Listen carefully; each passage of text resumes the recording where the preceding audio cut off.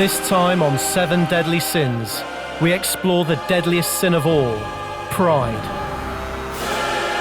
Pride is defined as an inordinate opinion of one's own importance, superiority, or self-esteem, whether as cherished in the mind or as displayed in conduct. Pride is the original sin. Without pride, you don't do the other sins in the concept of the Bible. Pride pervades all in our society and leaves every one of us susceptible to the darkest of sins. I think I'm gonna throw up. Are you really? I may, yeah. It bothers me that she's already done everything that she could possibly do, more than once. You can't do nothing about the past, can you? I had a tattoo just then, you can't do nothing about it, can you? For that day, the hatred was so deep, it's frightening at times. Pride is the root of most of the evil that we come across in the world today. When pride exalts me to a place where I see myself above others, then that's a curse. We'll see how one woman's obsession with her appearance has made her unrecognisable to her own flesh and blood. The last time I saw Jenny, she just didn't look like my sister. Having pride in my appearance is gonna be a part of my life, I think indefinitely. We meet a man who was devastated when his all-consuming pride came before a heartbreaking fall. Made me ill, mentally ill. Took a long time to get over it, took a year to get over it. And we're in the clutches of one of the most intense hatreds in world football, a rivalry which knows no bounds. If anybody accused me of being sinful for the pride I have in Glasgow Rangers, they should be locked up in a mental institution. Pride is the starting off point. We get very proud, we won't accept, we think other rules apply to ourselves, we think we're different, we think everybody else is a living, and it's right at the top.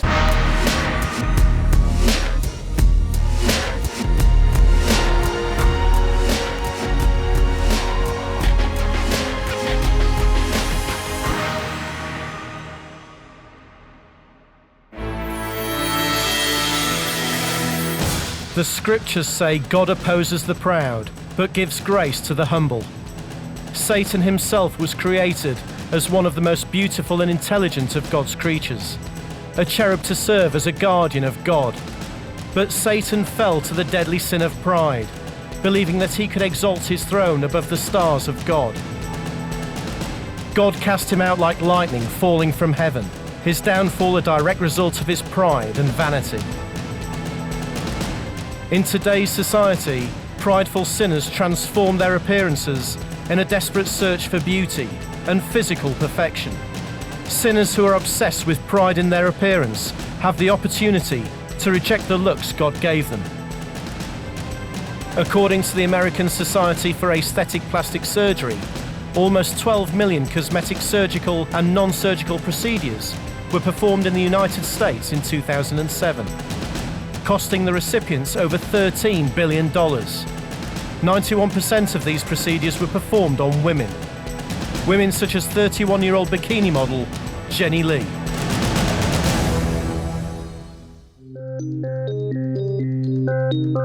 But for Jenny, taking pride in her appearance has become a destructive obsession that she's taken to truly shocking extremes. In the last 12 years, I've had around 38 or 39 plastic surgery procedures. I've had my brow lift done, I've had cheek implants, I've had my nose done now 4 times. I've had 3 sets of lip implants, 3 or 4 sets of lip injections, 20 veneers put on, complete set. I've had 3 sets of breast implants, extensive pocket work on both breasts, a full body lift. I've had liposuction on my arms, my lower abs, my inner thighs, my outer thighs, my hips, my flanks, and my knees. Jenny has reinvented her entire physical appearance, but at a huge financial cost. Plastic surgery is very expensive. The value of probably what I've had done is around $120,000. I think it's all relative in what people want to do with their money. Some people choose to drive really expensive cars and live in really big houses. I would much rather give up everything else that I enjoy if I have plastic surgery. I don't mind making those sacrifices for that reason. So that's what I've done all along. Every day, Jenny endures an intensive beauty regime, fighting against Mother Nature as she struggles to maintain her Barbie girl looks. On a scale from 1 to 10, I would say my looks are important to me, about a 12. For me to get ready in the morning usually takes about 2 hours from start to finish. And during her 2-hour routine, Jenny takes no chances in her pursuit of perfection. I'm gonna take a picture of my eyebrows because I want to make sure that they are even. So I have to hold the camera out And heaven forbid if Jenny doesn't look her best. If I was, going to a public event and everything wasn't perfect, I wouldn't stress out over it. I wouldn't go.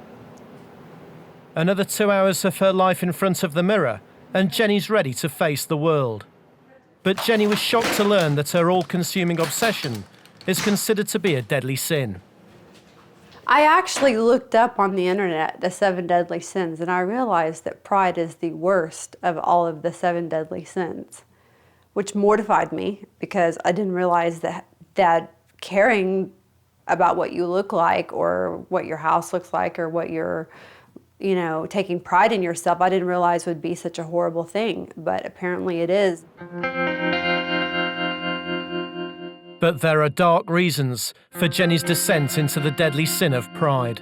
I was in a very verbally abusive relationship. I knew that what he was saying was not true, but I couldn't get that out of my mind.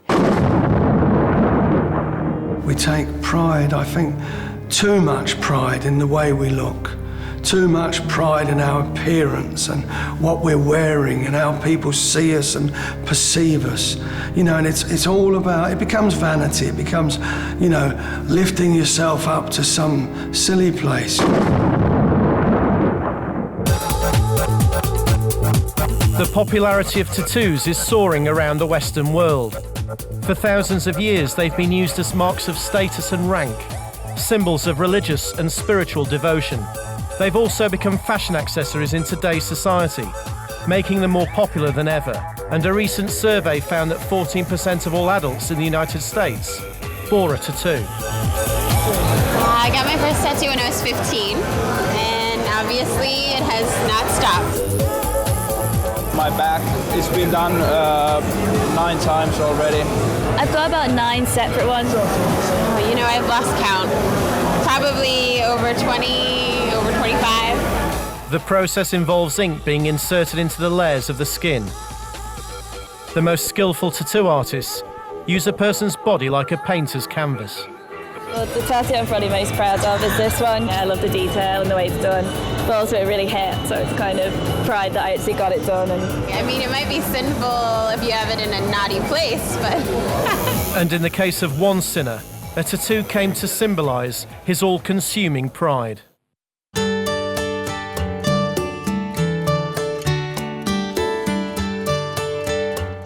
Meet Alan Jenkins, a devoted father of 2 from Port Talbot, South Wales. He thought a tattoo would be the perfect way to declare his enormous pride for his family.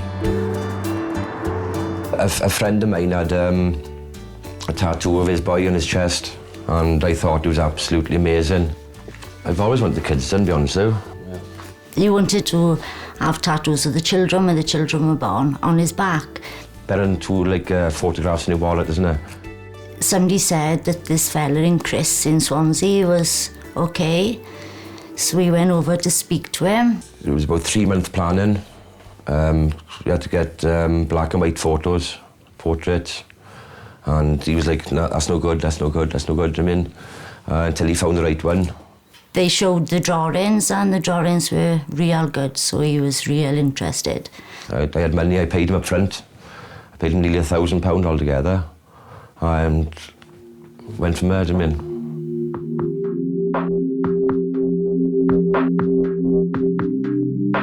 With the money paid, it was time for the painful process to begin. And his oldest daughter, Jade, backed him all the way.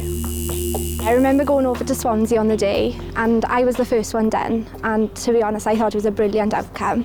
Oh, he was so proud of Jade, very proud. Oh yes. So then he's couldn't wait then to go and have Daniela done. The proud images of his lovely daughters were almost life-size across his back. I thought they were real good. If you see the pictures to the children when they were our age, they are spot on. It was the kids first of all, and I had the kids done. That was brilliant, and then I said, right, I'll have Lisa done. He said one day, I think I can have one of you. Oh no, please. So he said, why? I said, well, with me it's different. Your children, okay, fair enough. But what if we ever split up? He said, well, you are the mother of my children. So I said, yeah, but, you know, what if we ever split up and you meet somebody else? What are they going to think? He said, well, tough. You know what I mean? He said, you know, it's my choice. And I said, well, I don't want you to have it done. So he said, look, I'm having it done anyway. I said, oh, please. And I tried persuading him not to do it, but he's a stubborn person. He said, yes, I want to. When the tattoo was finished, Lisa had some new reservations. My tattoo on his back, when he moves about, I look a bit deformed. It's just the way he stands. If he stands up straight, I'm perfect. But then if you bend over that way a bit, you know what I mean? It just don't look like me then. With all his loved ones tattooed onto his back, he now showed off his pride to the world and created quite a stir on the streets of Port Talbot. It's in the summer, he walks around town, t-shirt off, and when he first had them done, you could see people going, look at him there, look, that's the one, look, because we were in the Evening Post, we were in every paper. Every time I go out, I go downtown for a bit of food or go downtown for a drink with the boys, or there's always somebody that will say, oh, get your top off. Every time I take my top off, everybody's like all the time, oh, fair play, what a tattoo, brilliant art. I am really proud, and everyone does ask me, oh, how much did it cost? Where did you have it done? Are you proud? And I always say, yes, I am proud. They're all well proud, to be honest with you. I think they all are, like, really. But was this a case of overwhelming pride before a tragic fall? Things just went rocky, do you know what I mean, on the rocks. Modern society has slightly got the misunderstanding with what pride is. Pride is not being proud of yourself in a positive sense. I think what the Bible is talking about is kind of arrogance and egotism versus, let's say, confidence. My father always said the trick is to be confident without being arrogant. Bill Shankly, the former manager of Liverpool Football Club, once said, some people believe football is a matter of life and death. I am very disappointed with that attitude. I can assure you, it is much, much more important than that. Shankly was born just south of Glasgow, Scotland, where for the people, football is not just a sport, it's a religion. And it's through football that the whole city is periodically gripped by the deadly sin of pride. I would say Glasgow's probably the most premier football city in the world. It's one of the cities that you know, if you see anywhere in the world come from Glasgow, the first thing they ask you is about Rangers or Celtic. It's the first thing they ask you. Football is everything. It's a divide. Half of Glasgow is the Blue Rangers and the other one's Celtic. The two biggest clubs in Scottish football, Glasgow Rangers and Glasgow Celtic, have an unsurpassed rivalry that stretches back over 100 years. I think the rivalry in Glasgow is unsurpassed anywhere in the world. For the passion and commitment, Glasgow's without doubt got the two finest football supporters in the world. The bitter divide between the two teams goes far deeper than just a game of football.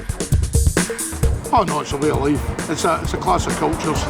You know, the Rangers are the sort of British tradition, where the Celtic are the Irish immigrant tradition. It's definitely a clash of culture. It's a religious thing. Us, the Rangers fans, being Protestants, and the Celtic fans being Roman Catholics. And from day one to present day, it's the same thing. They're trying to eradicate it, but it'll never happen. I think if you took the religious side out of it, it'd just be an ordinary game of football. There'd be nothing to it, absolutely nothing to it. With passions running so high, the city has many pubs dedicated to their team. One such drinking den that takes pride in Glasgow Rangers is the Loudon Tavern. We have worked on it very hard over the years since we've been involved, and it is now regarded as the premier Rangers supporters pub in the world. I don't think anybody would argue with that. If you ask the Celtic fans, they'll tell you. It's a shrine to Glasgow Rangers, first and foremost.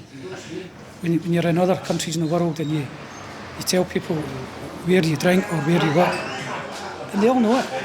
For some reason, they know the pub, you know what I mean? It is a worldwide institution, Loudon Tavern. Fantastic place. But what's unusual about this unashamedly proud pub is its location. Just 500 metres from enemy territory. Parkhead, the home of Glasgow Celtic. I mean, that has to be the greatest wind-up ever. That must be so destroying to the amount of Celtic fans that pass through this end of the city, coming through the main road out there, at the train station. And the first thing you see as you come off the motorway is a big red, white and blue building with a Loudon Tavern.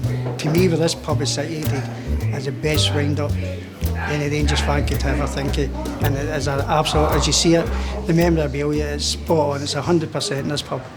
100%. We are sort of in your face. We're the Rangers. No one likes us, we don't care. It's a bit like we're the Loudon, we don't care. So we love the Rangers, we love the Loudon, we love everything about us.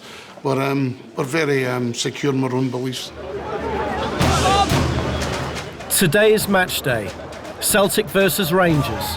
60,000 fans are streaming towards Celtic Stadium for one of the biggest events in the Scottish football calendar, known as the Old Firm Derby. And if Rangers win today, they can go ahead of Celtic at the top of the league table. Well, obviously the best day of the football season is an Old Firm game. I would say from the minute you wake up, but it's actually more than that. It's from the last game finishes to the Old Firm game. Everybody talks about it, everyone's focused on it. The papers are full of it, television. It's just such box office, it's unbelievable.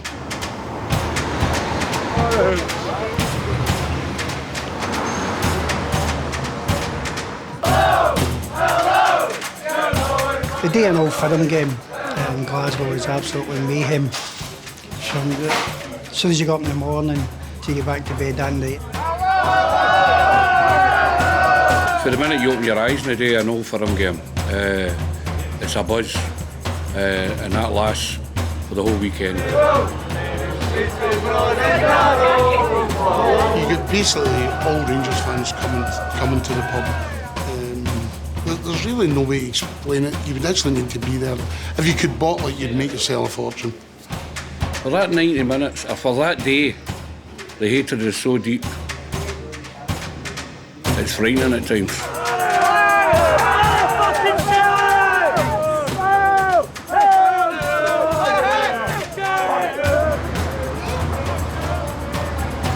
We get a lot of personal abuse and a lot of shouting.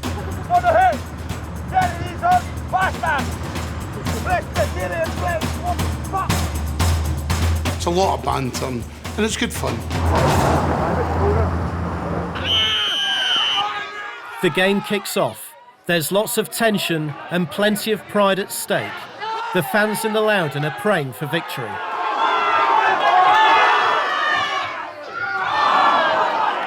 Well, with me, I just can't eat nothing before the game, eat or drink. I just can't know what doing like that. And I just love it when we beat them. Absolutely, it's the greatest feeling in the world. You have butterflies. Anybody who says they don't, anyone who supports either of the two clubs who says they don't have butterflies, they're telling lies. But there's little to celebrate as both teams play a defensive goalless first half. When they draw, nobody's happy. You want to win, you've got to win. It's just the way it is. It's the way your life it is. I say it's your culture, it's your heritage, and it gives you the bragging rights to the next game. But in the second half, tension in the Loudon Tavern reaches fever pitch. The get the right result in the whole film game means everything.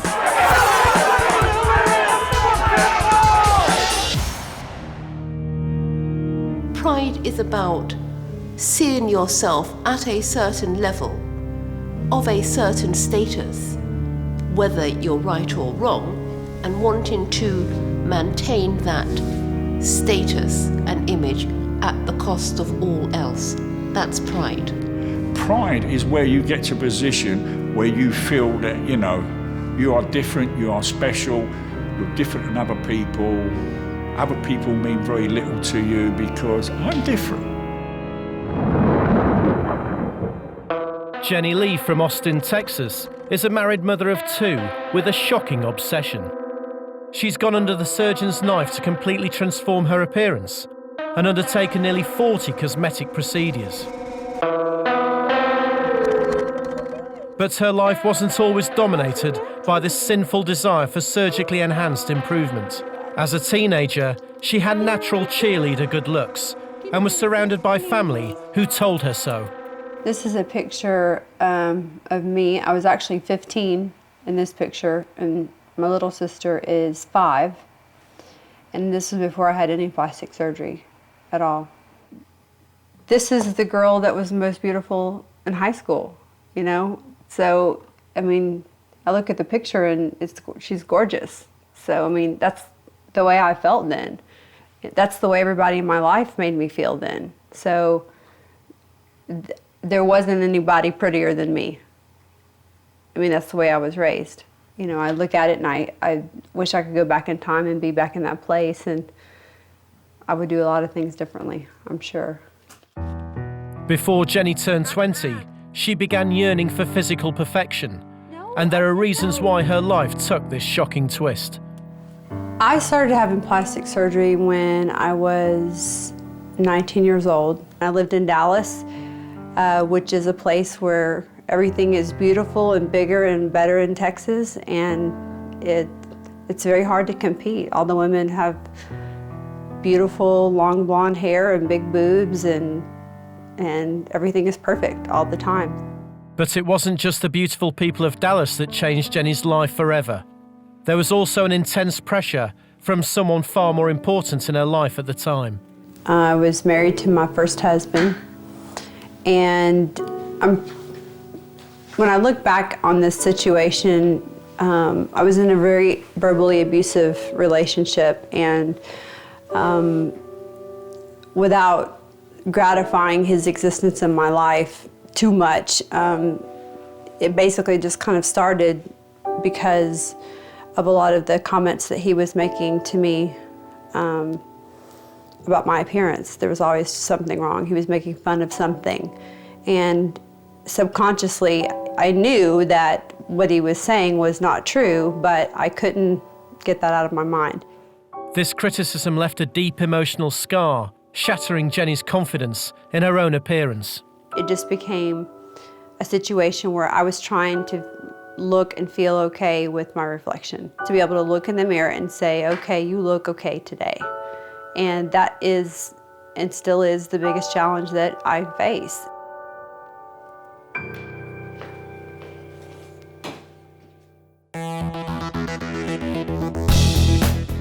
Today, Jenny's travelled to Los Angeles. She's going to be reunited with her sister Kim after 3 years. And on the way to meet her, Jenny's feeling apprehensive. She's worried about the reaction of her own flesh and blood. So I'm sure she'll recognize me, but I don't think I'll look the same as I did last time I saw her. So it'll be interesting to see what she thinks about the way I look now. Kim is deeply concerned about her sister's desire to constantly alter her appearance. The last time I saw Jenny, I didn't really let her know that I was as shocked as what I was. I didn't really want to stare at her and make her feel bad for what she had done. She just didn't look like my sister. So after another 3 years, how will Kim react now that once again they're reunited? Oh my God! How are you? Oh, it's good to see you. You look great! Look at So you! do you. Sit down, sit down, sit down, sit down. Look at you blonde. I was really shocked. She's a lot thinner than when I saw her 3 years ago. She didn't look like I thought she was going to look. Kim's reaction is not surprising. In the last 3 years, Jenny has undergone a radical transformation. Since I saw you last, I had a full body lift. I had my breasts redone. I had a lower eyelid lift. I had my nose done for the 4th time in February. They took cartilage off the back of my ear, put it on my nose, because my nose like collapsed. It was bad, it was awful. And then I had the body lift, and then, you know, I had Priscilla. I got the body lift and then got pregnant with Priscilla. So now I'm trying to get back to the point of where I was before. So what's it going to take to get that done? I don't know. Hoping to find out. I don't know. Probably a breast lift, maybe, you know. A breast lift? Yeah. We got to put these puppies back up where they were. They didn't fall too bad. It's not too bad. So. Are you done with your nose? I hope so. I mean, there's a little bit of cartilage that I'd like to have taken off right here, but I mean, I'm okay with it if they can't ever do that. The doctor said let it heal for a year, let the swelling go down. Is it normal? Is it normal? As far as blowing your nose? No. Oh. No, it's still messed up like that. For life? Yeah. After 4 rhinoplasties, Jenny's unable to do simple bodily functions that we take for granted, such as blowing her nose. When are you going to be done? I don't think I'm ever going to be done. I don't know. I don't think there is an end. I don't think you can get on this train and get off. I don't want nothing happening to you. I know. I don't have a mom or a dad. I don't want to not have a sister. It bothers me that she's already done everything that she could possibly do more than once. And she wants to do it again. 3rd, 4th. When are you going to stop? But Kim can't forget the Jenny she knew before cosmetic surgery. You know it bothers me. Yeah. You know it bothers me. It bothers me because I don't see how you can say that I look good or that I'm pretty or that I'm fine the way I am, and you used to look like me and you hated it enough to do the extreme and you're not done yet. It's my fault we don't look the same as we did years ago. And, you know, I can't apologize to you or Lauren enough for it, because when I was in that frame of mind where I was having all the surgery and doing everything I was doing, I wasn't thinking about everybody else. You know you were the only sister I had that looked like me? No, really.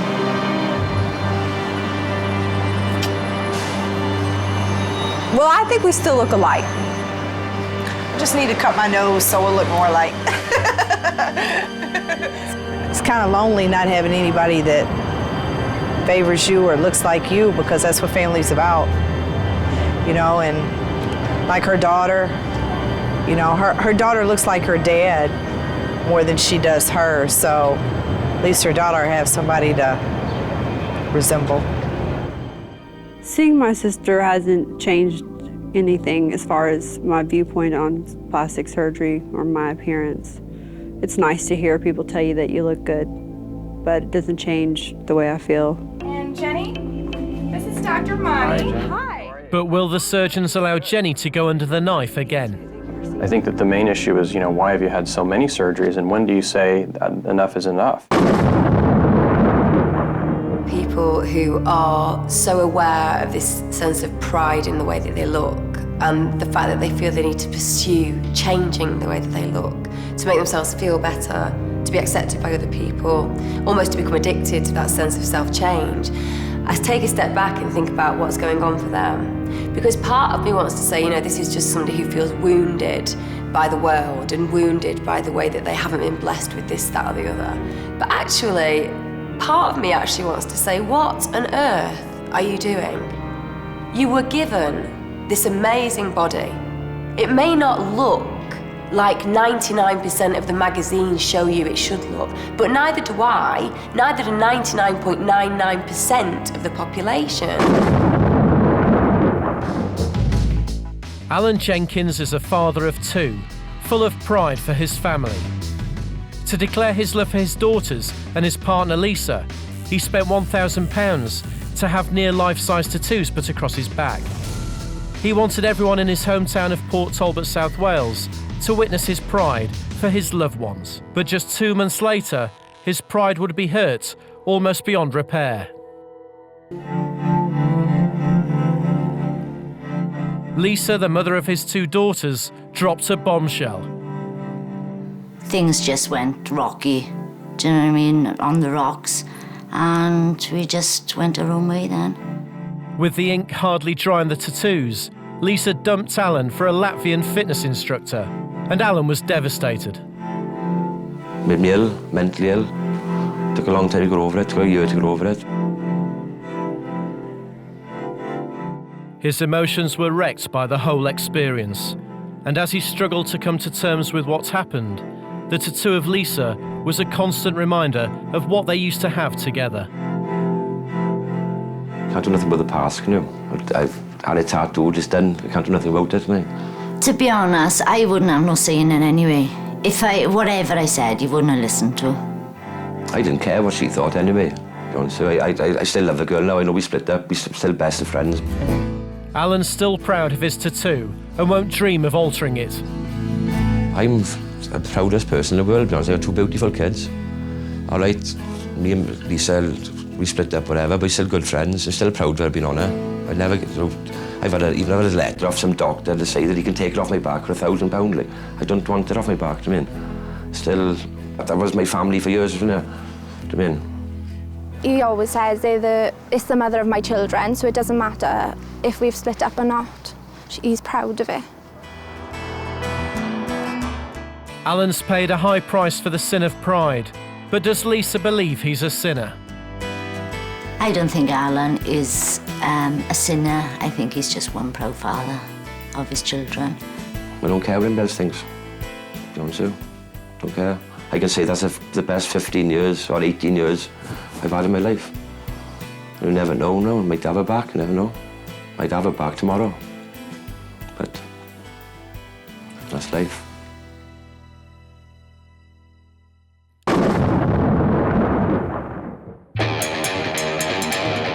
In Glasgow, one of the bitterest rivalries in world football is mid-battle, Rangers versus Celtic. And with the game goalless, the second half is about to begin. Staunch Rangers pub The Loudon Tavern is a cauldron of excitement. To get the right result in the Old Firm game means everything.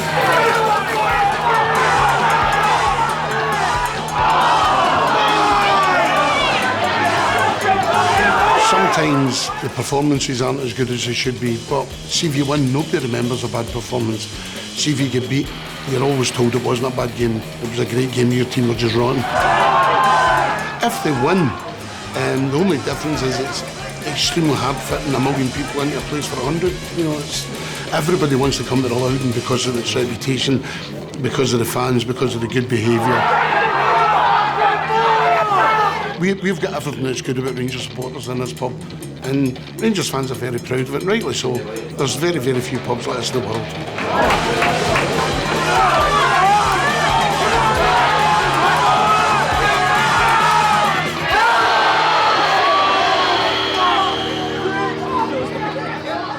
But today it's a result that nobody wants. A 0-0 draw. I must admit, I'm never happy with the draw. I think you should just play next goal's a winner. That's what the game's about. It's about winners, it's about pride, it's about everything. I would like to see a conclusion at the end of the game. But, as I say, nothing each. We're 2 points behind, we've got a game to play them, the league's in our hands. Despite the result, it doesn't stop the proud Loudon regulars singing sectarian songs.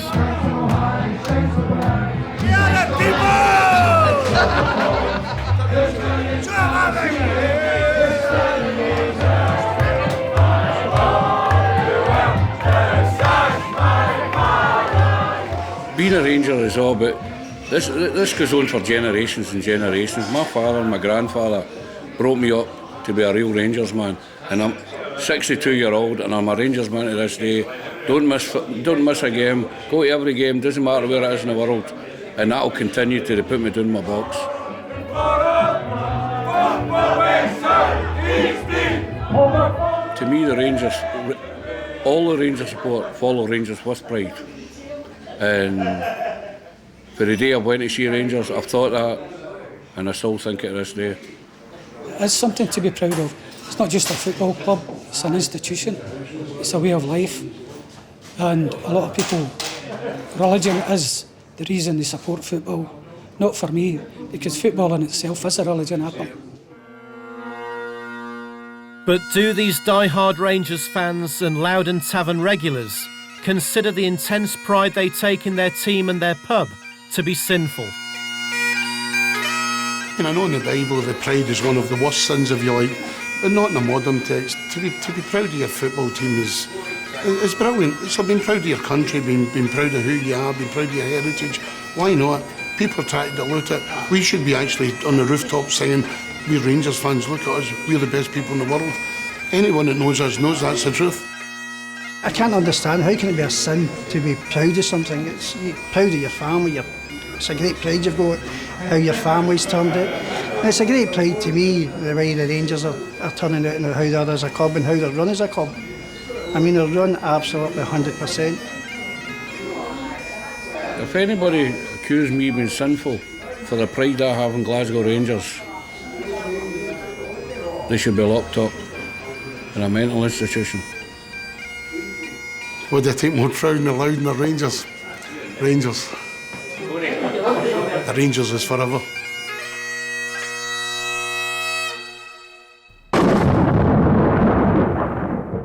Jenny Lee has a sinful pride in her appearance, which seems to know no bounds.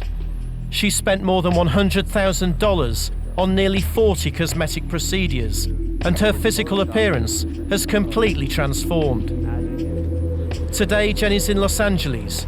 She's on her way to a consultation with one of America's top cosmetic surgeons, Dr. Mark Manny. This is Dr. Monty. Hi, Jenny. Hi. How are you? I'm fine. How are you? I'm good. Nice to meet you. Nice to meet you too. Thank you for seeing me. Dr. Mark Manny wants to know Jenny's history under the knife. Nose job. The list, Jenny. So we have brow lift, nose job, breast lift.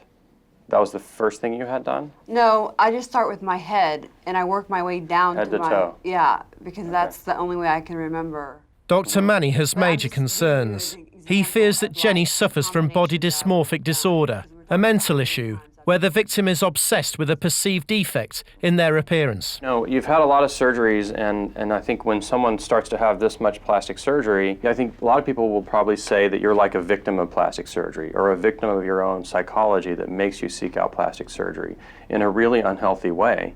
That may or may not be true. I mean, as a surgeon, I definitely have reservations. I would be very, very hesitant to do any kind of procedure on you. But I think that the main issue is, why have you had so many surgeries, and when do you say that enough is enough?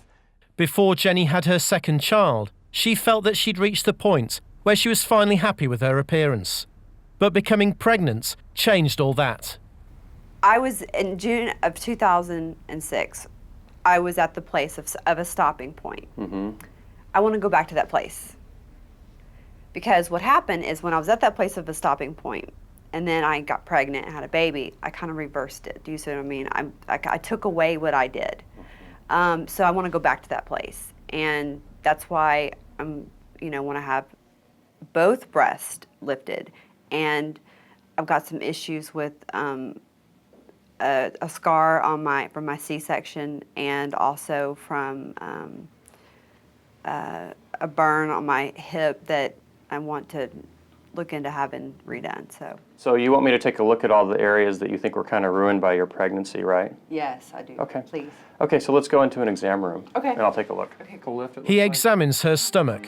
He's particularly concerned about further surgery on the scar left by the cesarean operation. I can tell you that there's a very good chance that this nice, pristine, scar here that you have is going to end up looking significantly worse as a result of the tension. And it's not so much that your skin is going to be tighter, it's that the skin, in which it is the skin is going to be tight, and that's going to put too much tension on the scar, and it's not going to look as good. And it's also going to disrupt the nice sort of anatomic curve of the scar that you have here.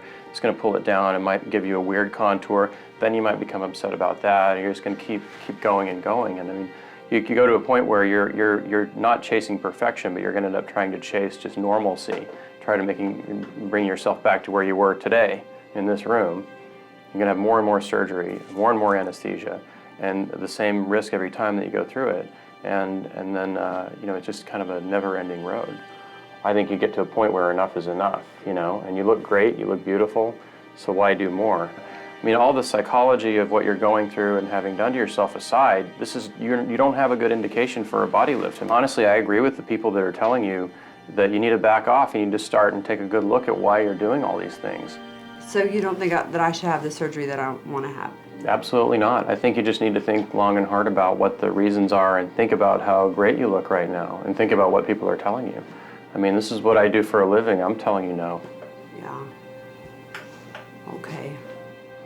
The reason I wouldn't do them is, number one, because of her psychology. I think she sort of, does have a body dysmorphic disorder. I don't think that's, even something that you could argue about.